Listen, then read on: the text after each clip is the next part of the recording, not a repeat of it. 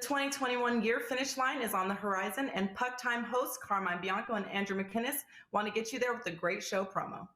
For a limited time, buy a 1-month all-access package now for $349 and get the rest of the year absolutely free.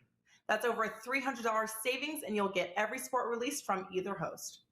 To redeem this offer, purchase a 1-month all-access at regular price and forward your receipt to support@WagerTalk.com, requesting the Puck Time promo, and your all sports all-access package will be extended through the end of 2021 for free. Visit WagerTalk.com to get this special limited time offer now.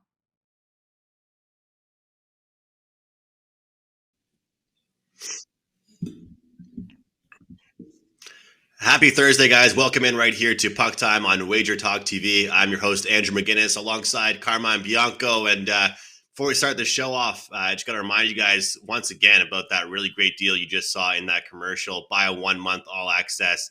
Email support@wagertalk.com. They'll give you the rest of 2021 for free. Include that. Just make sure you email support@wagertalk.com. And that includes both Carmine and myself. Some more housekeeping to get to. Carmine, absolutely great. Perfect, really. 5% winner for you yesterday on the Maple Leafs. And you made a tweet about this, and I thought it was kind of amusing when you said they had their best defensive performance of the year. I would say that might have been their best defensive performance since I've been alive. So they came through for you, man, and congratulations. Yeah, first off, before I get to that game, Andrew, kudos to you for coming on the show today. I know you are under the weather.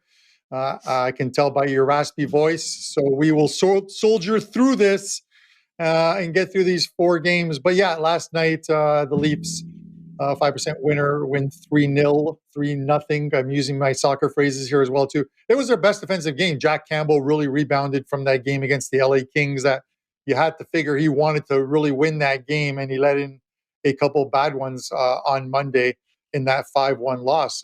Real good performance by the Leafs. And again, same thing, with the Flyers.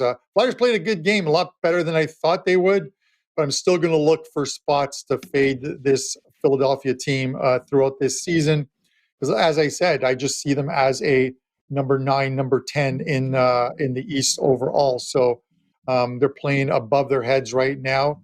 Still a good team, but one that I'm going to look to fade at spots throughout this year. So 4 great games. This is a busy card tonight of games. We're going to discuss 4 of them.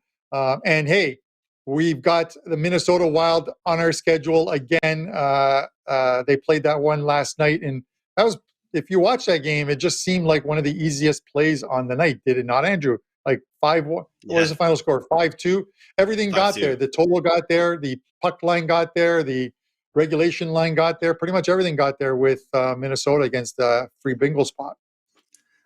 Yeah, I really like that expression you've been using, Carmen. And one thing to note about Arizona is that you don't really have to worry about taking the puck line against them, because obviously they've only won 1 game so far. But I'm pretty sure it's only been 2 times on the season, 2 or 3, Carmen, where they lost by only 1 goal. So every time they're losing, and the other team is covering that puck line. So, with some teams, when they're on massive losing streaks, they might not be covering that puck line. But with this Arizona team, for the most part, when they've lost, and that's been every game but 1, it's been by margin. And you're getting that great number. I'm curious to see kind of how big that price will start to get on not just the money line against them, but the puck line. But yeah, I like the over in that game, but it's funny because Minnesota carry the scoring themselves, and hats off to Prez for recommending the team total for Minnesota. Yeah, this is one of those things. I saw it a couple years back. You chart some teams and you chart the really bad ones, and you just start seeing ridiculous money lines. I think it was a couple of years back, Sabres towards the end of the year, they were regularly, anyone playing the Sabres was minus 300 and up. We're going to see the same thing here. It just, I don't see any help coming for this team. While they're going to surprise you at times as a big dog, and they're just going to be a big dog throughout the season, they're not going to bring players in. This is one of those seasons where you just work with the players you have. You literally end up with, I think, as Prez said, one of those first, second, or third spot draft picks at the end of the season. along with the Sabres, who I expect to be down there as well too. And you sort of start anew. You'll watch the game yesterday, and it was a Minnesota home game because all you saw in the stands, and there weren't a lot of fans in the stands, but all you saw were Minnesota Wild jerseys there, and that's just a regular occurrence. A lot of away fans will go and see their teams in Arizona. You can get tickets for practically cheap. It's a short distance to Vegas from there, short flight, and you turn it into a little vacation of such. But it's a home game for visiting teams.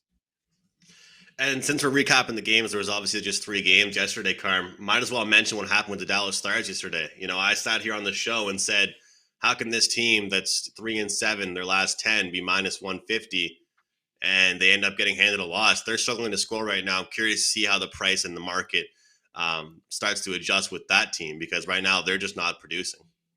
I think, I think it doesn't adjust at home just yet. I think they're still going to be against most teams except for the upper echelon of teams. I think they're still going to be against those middle pack teams and lower ones. They're going to be in that 150 and probably higher range just because they play well at home. But it's not one that you want to lay your money on. It's just you just can't do it. Nashville played a very good road game there.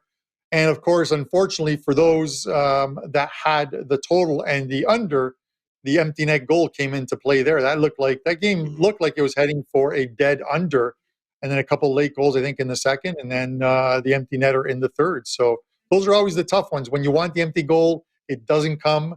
Kind of like the Bruins Ottawa game the other night for me. And then when you don't need it, it comes and it burns those 5.5 sometimes, unfortunately.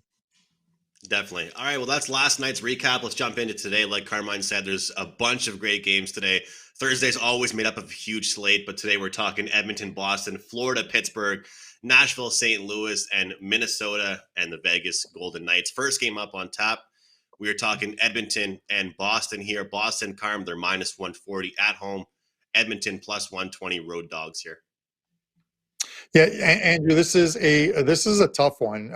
The line is short, but I actually like the Bruins in this game, even with the short line. Edmonton's off to a great start. They're like 9-2, 7-2, and I think the total, the over is 7-2 in their games. The 2 games that stayed under the total, I believe, were the games against Vancouver. And you got Boston. Boston, yes, a 6-4 start may not be what you normally would expect from the Bruins, but they've won all 5 games at home. 6 of their 10 games have stayed under the total. This is a tough one because if you give if you give the Oilers power plays, they're making you pay for it. They've just got a great power play going right now. But the Bruins are very good. They proved it last year, the season before. They can kill penalties, and they can kill penalties at home. It's staying disciplined. The only thing that worries me when you look at this Bruins team is they haven't done it at home. But we talked a couple weeks back about once in a while, and it happened on the road, they throw in a clunker where you looked at that game where they played in Philadelphia, and I think they lost 6-3. They backed up. They gave the Flyers the blue line. When you let a team into the O-zone so easily, it is a recipe for disaster. And it's a recipe for disaster when you're playing the Edmonton Oilers. You give them that blue line, and it is a bad thing. They're going to make you pay for it. This is one of the reasons why I don't think it's a clunker, but I actually think while I don't want to lay $1.40, $1.50 with the Bruins here, I might look to the over here. I think we see some goals. The Bruins can score. They're getting scoring from their lines. And you've got an Edmonton team that, they're playing to overs unless they play a team that plays very well defensively. And those Edmonton, Vancouver games have played out like that the last couple seasons, it seems. I think if I had to choose between the two, whether to take the Bruins tonight, because I won't take the Oilers on the road in this one, even though they're 3-1 thus far in the season. The Bruins are 5-0 at home. You've got to play lights out hockey to beat them right now at home. I'm going to lean to the over here. I think we see some goals and enough to get us over the total of 6. Well, Carm, we mentioned how great the slate is tonight. It only took one game for you and I to be on opposite sides here, so that didn't take too long. And it's a great game, obviously, and I agree with you. I think that the reason why this game is priced the way it is because they're at the Garden. And you mentioned how well the Bruins play at the Garden. I'm just concerned about their defensive ability against the speed of the Edmonton Oilers. I think that over the past several years, the Edmonton's Oilers' biggest problem has been that they haven't really had much production outside of Leon and Connor. But it seems like they're finally starting to get that a little bit more this year. And if they get that, I don't think that there's several deep pairings on the Bruins that can keep up with the speed of the Oilers. And getting a team like that as a dog, I know they're on the road, they're heading to the East Coast, but I'm not sure if I can pass it up. I do agree with you on the over, though. And I think the Bruins offense is starting to get some confidence and starting to score. The problem is here is that if you take a look, people always say the expression, you're only going to be able to play who's in front of you on the schedule. And I understand that. But, Boston's defeated a Dallas team that nobody really likes that much. Buffalo, San Jose, a team that was kind of overachieving. They've lost to elite teams like Florida and Carolina, bounced back against Florida at home. They beat down Detroit, but they haven't had any wins that have really impressed me besides that bounce back win against Florida. So I just don't think that they deserve this minus 140 price tag, but I really am with you on that over 6 here. Yeah, no, and listen, I get it completely. I just think if you look at the Edmonton games, and I'm not trying to set a narrative here, but it might seem like it, is the 2 games that they lost are teams that play a little bit better defensively, or a little bit better physically. In the Flyers, they lost that game 5-3 at home, and the Flyers played very well in that game, not only offensively, but it was a physical game. And while the Detroit Red Wings aren't the Detroit Red Wings of years past, don't fall asleep on this team. They're going to win some games this year, and they're going to be a team that's building for the future. Steve Yzerman's doing a great job in Detroit, and it won't be long before that team is back in the playoffs. So I'm not saying that that's where they're heading this year, because they're not. But don't fall asleep on them. They've got players that can be physical on that team. And so Edmonton struggled against those type of teams. So that's all I'm saying is, I don't want to lay – when a team is 9-2, they're 9-2 for a reason. You put somebody in front of them, they're beating them. It's just going on the road, and it's I think this is the first game of the road trip for them. Sometimes it's the toughest one is that first one out. So we'll see what happens tonight, but I'm hoping for goals more than anything else. Yeah, it should be a great game. And like you mentioned, the Bruins do play better hockey at home. They always protect the Garden pretty well. Our next game up is another really good game here. Florida Panthers, they're visiting Pittsburgh, taking on the Penguins here. They're minus 125 road favorites. Totals at 6 here. And both teams are off 2 losses. Both teams are kind of falling off a little bit. The difference is Florida's absolutely dominated to start off their season. Pittsburgh had a pretty good start to their season as well. Going through lots of adversity as well. Lots of guys being out, COVID, Crosby having a first game back and then getting COVID, going back, to the IR. I think Pittsburgh's gone through a lot of adversity, and I think that we're finally starting to see it a little bit. With Florida, they have 2 losses in a row, and I feel like they just got a little bit too comfortable. You could see that they were relying a little bit too much on their offense. I mean, I was completely shocked to see them give up 7 goals against the New Jersey Devils. And I've been the one that's really been raving about how strong their goalie tandem is. And that might have been one of the worst games we've seen from Spencer Knight so far since he suited up in the Florida Panthers uniform.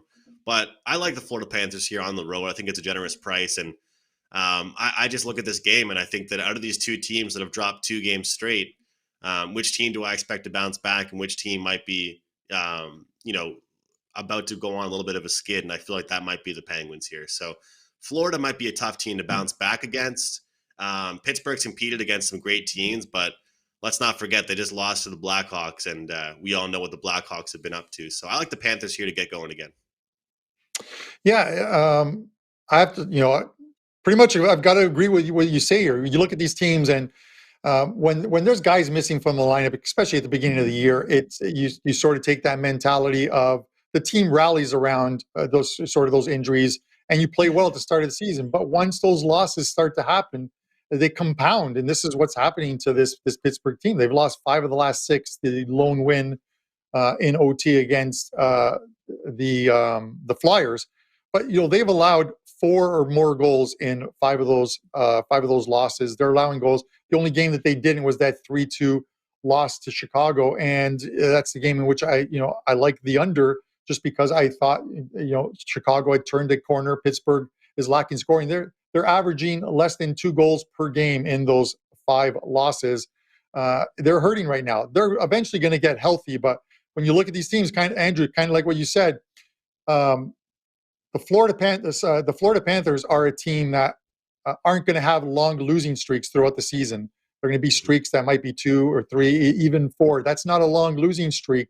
They're not going to have those 7 or 8 game in 10 losing streaks. They're just too good a team. Spencer Knight played both games. I was surprised by that 7-3 game as well too, but he played both ends of a back-to-back. Should be back to Bobrovsky tonight. They're just not a team that is going to go through long streaks, so I have to figure that they are going to bounce back, especially off an embarrassing 7-3 loss. To a man, everyone in that dressing room is going to want to come out and play well tonight. With that in mind, I'm looking at the Panthers here, and I'm likely looking at the over here as well too. It's just because the Panthers are probably going to carry much of the scoring. So if you're going to take the Panthers, they're not going to win a low-scoring game. They're going to win one of those games that's 5-2, 5-3. So give me the Panthers and the over tonight in this one. Great stuff, Carmen. And like you said, the fact of the matter is Florida isn't just coming off a loss. They're coming off an embarrassing loss, one that they want to bounce back from right away. And they didn't even get kind of beat down by a talented team. New Jersey's been okay. They've kind of surprised some people, but letting in 7 goals against the Devils team without even Jack Hughes being out there is kind of tough to even really imagine. Let's get to our third game. We have the Nashville Predators here up against the St. Louis Blues. I think this one should actually be a closer contest than some might think here, Carm. But St. Louis, they're minus 185. Nashville is plus 155 here. And, I've mentioned to you countless times that Nashville, they kind of have these advanced analytical numbers that are just hard to believe. Their shooting percentage is super high. Their expected goal percentage isn't really that high, but yet they've, averaged a decent amount of goals per game. You look at yesterday's game for Nashville, 4-2 against Dallas, a pretty strong defensive team. And now you have Nashville on the second half of their back-to-back here. I look at St. Louis, and we saw them kind of lose a game, win a game, lose a game, win a game after they won several games in a row. And I feel like they're going to start getting hot again. And the fact of the matter was, I think it was the same thing I said about Florida. St. Louis was getting too comfortable relying on just their goal scoring, Carm. I mean, when you're scoring minimum like 3 or 4 goals a game, you start to get comfortable defensively. And I think that's what happened in that game against even Anaheim, against LA. And then when your scoring doesn't show up, your defense is kind of nowhere to be found. So I'm looking at St. Louis in regulation for tonight. I think that Nashville is going to be satisfied with that victory last night, and I feel like St. Louis gets it done at home. Another team I really like to bet on at home versus on the road, and I'm sure you have those teams as well that you look towards home versus road splits. But I think it's a tough back-to-back here for Nashville, Carm. Yeah, it is a tough back-to-back. Last year there were 6-3 in the second of a back-to-back, so that's not bad at all for this team. But they're just a 500 team right now. They're 7-6, 4-3 away. The Blues are playing well. I said at the start of the season that the Blues were a buy-on team because they were a healthy team coming in, unlike last season where they struggled immensely at the beginning of the season, dug themselves into the hole and kind of got themselves out towards the end of that 56-game schedule to get into the playoffs. I think the surprising thing here is, and you can look at different ways to play this game. I might be tempted to take the St. Louis Blues in the first period of this game, and this will depend on goaltending. Number one, Nashville is on the tail end of a back-to-back, but David Rittich is supposed to start tonight. He hasn't been confirmed as of yet, but he's fresh off the COVID list, making his first start. He hasn't had any game. He's obviously you've got the morning practices. That's not the same as being in a game, so you never know with a goalie making his first start and his first start for a new team, how sharp he's going to be in that first period of his first game. So we'll have to see, how he does. But you can. I looked at that first period, laying the -0.5 in that first period, and you get him about 140, 150 on the St. Louis Blues. So I might actually take a little bit of side action on that, maybe some pizza money for that one.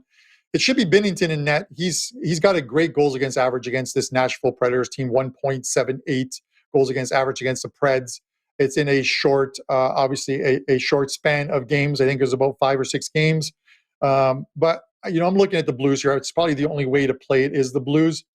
And if you don't want to lay that big juice, you take them with another team that I expect to win tonight, which is the Colorado Avalanche, and you can take the money line parlay with those two teams, and you're going to get about plus 140 on your money. So maybe you add that into your into your game schedule tonight of what you want to take. But I got to take the Blues here. I might even be tempted to take them on the puck line. So you can tell I'm leaning towards the Blues here. Obviously, with the leans, I'm not going to touch the total, but Blues puck line for me. Maybe I'll take the first period and tie them in with the Colorado Avalanche and give myself plus 140 on my money on the money line for those two teams. Great stuff, Carm, and I think it's a good opportunity for a little two-teamer. So it's a good night for that, and I find on the Tuesday, Thursday, and Saturday cards, that's the best. Those are the best days to find these two-teamers because there's so many games going on.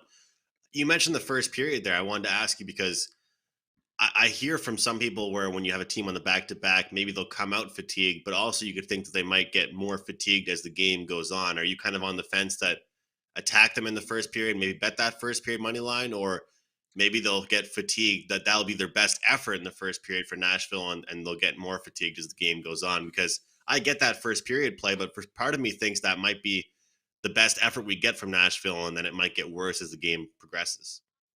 No, I think it's a little. Obviously, these are top world-class athletes out there, but I actually look at the reverse. I actually think that you get your legs as the game goes on, as opposed to not getting your legs as the game goes on. You have the pregame skate, the morning skate. Some teams just completely pass and do an optional morning skate in the second half of a back-to-back. So you come in, you do you do the afternoon skate or the pregame skate, and then you get out there. And sometimes it's those first few shifts to get your legs under you. And a team like St. Louis, a team like Colorado, a team like Minnesota, they can make you pay for it with their scoring. So I don't mind taking those first. I don't look at it that way. I look at it in other sports as opposed to in a short span. Or if this was like the third game in 4 nights, might look at it that way. But where you're getting tired in that second and third period. But against world-class athletes, we got to give them more credit than like beer league guys, I guess.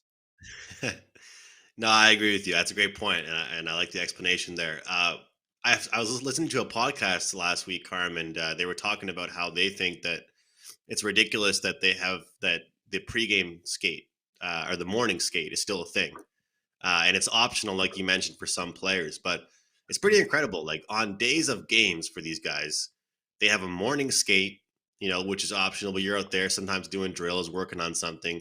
You go out there for 15 minutes-ish before the game and do a pregame skate, and then you go out there and play 60 minutes of hockey. It's pretty incredible. And some players, the older you get, you don't want to do that morning skate, or maybe the older you get, you do want to do that morning skate. But yeah, I mean, these guys aren't just playing the games. There's a lot of skating that goes beyond just practice as well. Yeah, but that's it, Andrew. They're world-class athletes, and then you wonder in the interviews later, why you can see 3 or 4 guys on the bike behind them still after a game cycling. They're getting the lactic acid out of their joints in their knees and what have you. It's an important part of their physique and stuff, right? After this show, I'm going to sit on the couch, eat some Pringles, and watch 4 hours of World Cup qualifiers. So it's we're in different categories here, right? So we're commenting on what they should and shouldn't be doing, but we get it, right? So I love it, Carm. I love it. Hey, when you're hitting the soccer wagers that you're hitting and you're cashing like you are, you're allowed to sit back and have some Pringles. Minnesota Wild and the Vegas Golden Knights. That's our last game on the card here that we're going to discuss before best bets. It's a pick 'em pretty much here, Carm. Total's at 5.5. Minnesota played that game last night, and I got to ask you, we have this theory that we used to talk about where it was the Vegas flu theory, the game after Vegas, guys out partying, gambling, doing whatever. Is there any type of theory that you could think right now coming off a game against Arizona? Because I actually have noticed that a little bit. Teams have come out flat in their following game after playing Arizona, because it's kind of like if you played the JV team and then you went out and played, a real D1 team that's pretty competitive the next day, it might kind of surprise you. And no offense to Arizona, but they kind of are a JV team. So Do you think that distracts them at all in the back-to-back here? I don't think it does, only because there's while short, there is a history between these two. Like, you can't forget the epic 7-game playoff series between these two last year that went to Game 7 with Vegas winning it 6-2 at home. And that game was still 2-2 with about 12 minutes left, I think it was, in the second period of that game before Vegas pulled away at the tail end of the second period and in the third period. But you look at these teams. Minnesota won the season series last year 5-3. Vegas wins a 7-game series 4-3. There's not much between these two teams, and they were winning in each other's arena. They play very well. So the fact that they're playing Vegas is motivation themselves. Maybe they come in with wanting to exact a little revenge for that Game 7 elimination. They're 5-2 on the road thus far this year, 7-4 last year in back-to-backs, in the tail end of back-to-backs. And it's a Vegas team that are missing some players. Mark Stone finally back on the ice. That's great news for the Vegas Golden Knights, but he's not playing tonight. He's still he's still a little ways away from playing for them, but it's great to see him back on the ice. As far as over-unders for Vegas, 5-8, those between these two teams, 5-8-2 over those 15 games that I mentioned. This is one of those ones. It's a coin flip. It's a coin flip for a reason. I'm leaning to the under here. I just think that Vegas still missing some scoring. Minnesota coming in. This is one of those kind of like those games against Colorado where they end up sort of 3-2 type games and close games. It's a coin flip. I'm not taking either side because I believe either side could win this game. I'm gonna look at a low scoring game here. I'm just gonna go under the total 5.5. I like that under. And like you said, we still got Mark Stone out, Pacioretty still out, Carlson still out for the Vegas Golden Knights. Back-to-back here for Minnesota. Maybe they'll try and play a more defensive style of hockey tonight. And there definitely is a revenge factor. Players don't forget that stuff, just like Carmine mentioned there. I will say, Vegas defeated Seattle in a pretty, great effort there, 4-2 for them. But I'm not high on Seattle on the road. I think that Seattle's going to be a complete different team on the road versus at home.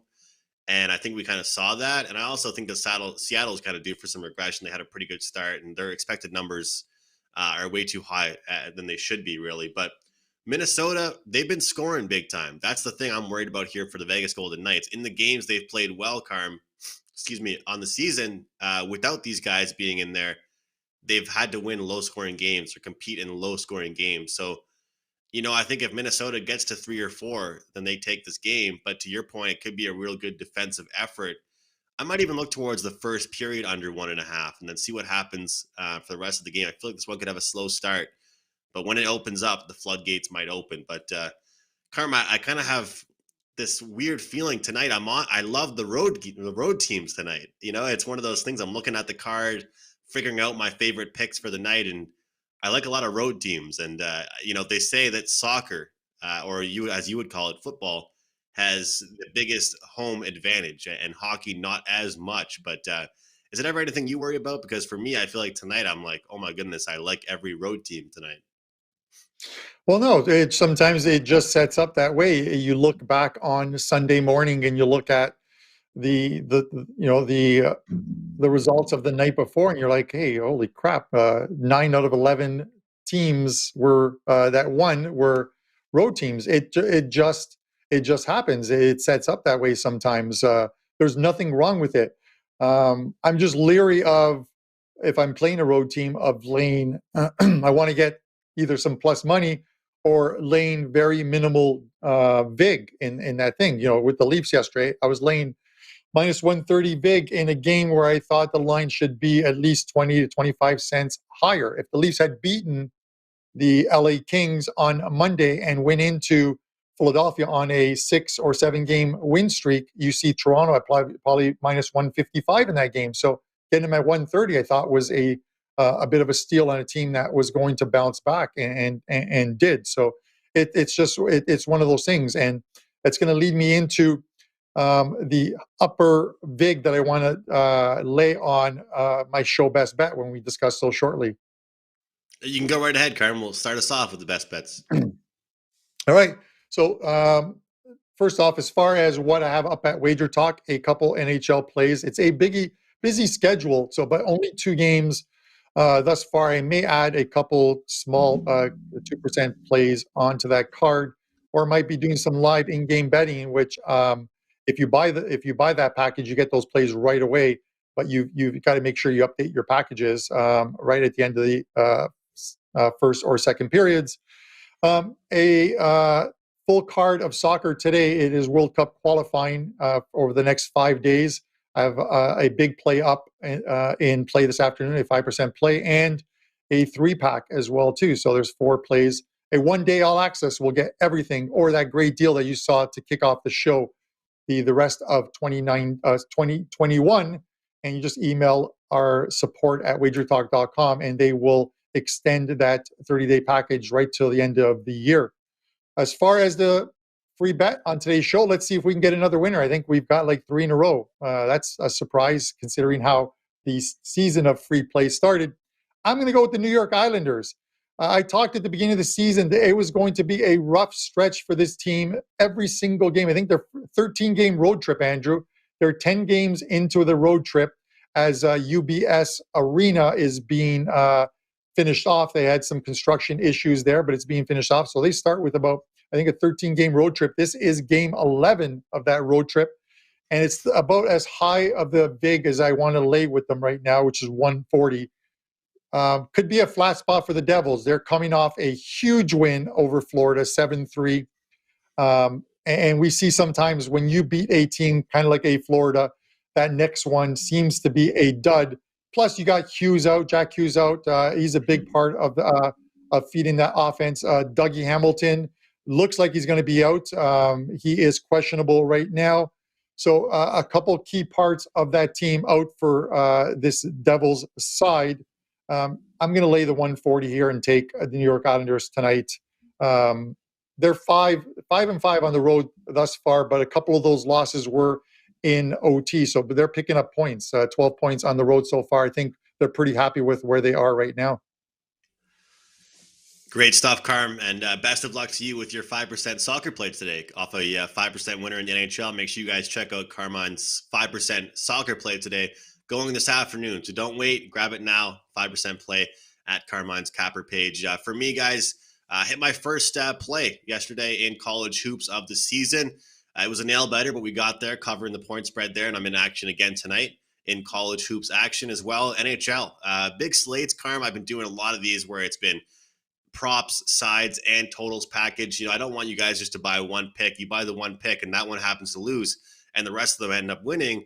I wouldn't like that. So I want to create a package for you guys to get every single thing I release, including those props. And just like Carmine mentioned, him and I are both releasing some in-game wagers every so often, and we're releasing those at the intermission. So if you guys buy our packages, you will get those as well. And my show play is going to be the one we already mentioned here, the Florida Panthers on the road. Carm just mentioned that Devils win. Well, that win was against the Panthers, and I feel like the Panthers will bounce back big time here. They are not a team that will go on huge losing streaks, and they're playing a Pittsburgh Penguins team that has fought through a lot of adversity, but I feel like a losing streak is incoming for them. And against a hungry Florida Panthers team that'll want to bounce back, I don't think it's a good matchup for them. So Florida Panthers on the money line for me, road favorites -125. Carmine has the Islanders in a great spot at -140 as their road trip continues. Thank you guys so much for watching. We really appreciate it. Tomorrow will be our last show of the week, and we look forward to it already. So on behalf of Carmine, I'm Andrew, and I'll see you guys tomorrow. The 2021 year finish line is on the horizon, and Puck Time hosts Carmine Bianco and Andrew McInnis want to get you there with a great show promo. For a limited time, buy a 1-month all-access package now for $349 and get the rest of the year absolutely free. That's over a $300 savings, and you'll get every sport released from either host. To redeem this offer, purchase a 1-month all-access at regular price and forward your receipt to support@wagertalk.com, requesting the Puck Time promo, and your all sports all-access package will be extended through the end of 2021 for free. Visit wagertalk.com to get this special limited time offer now.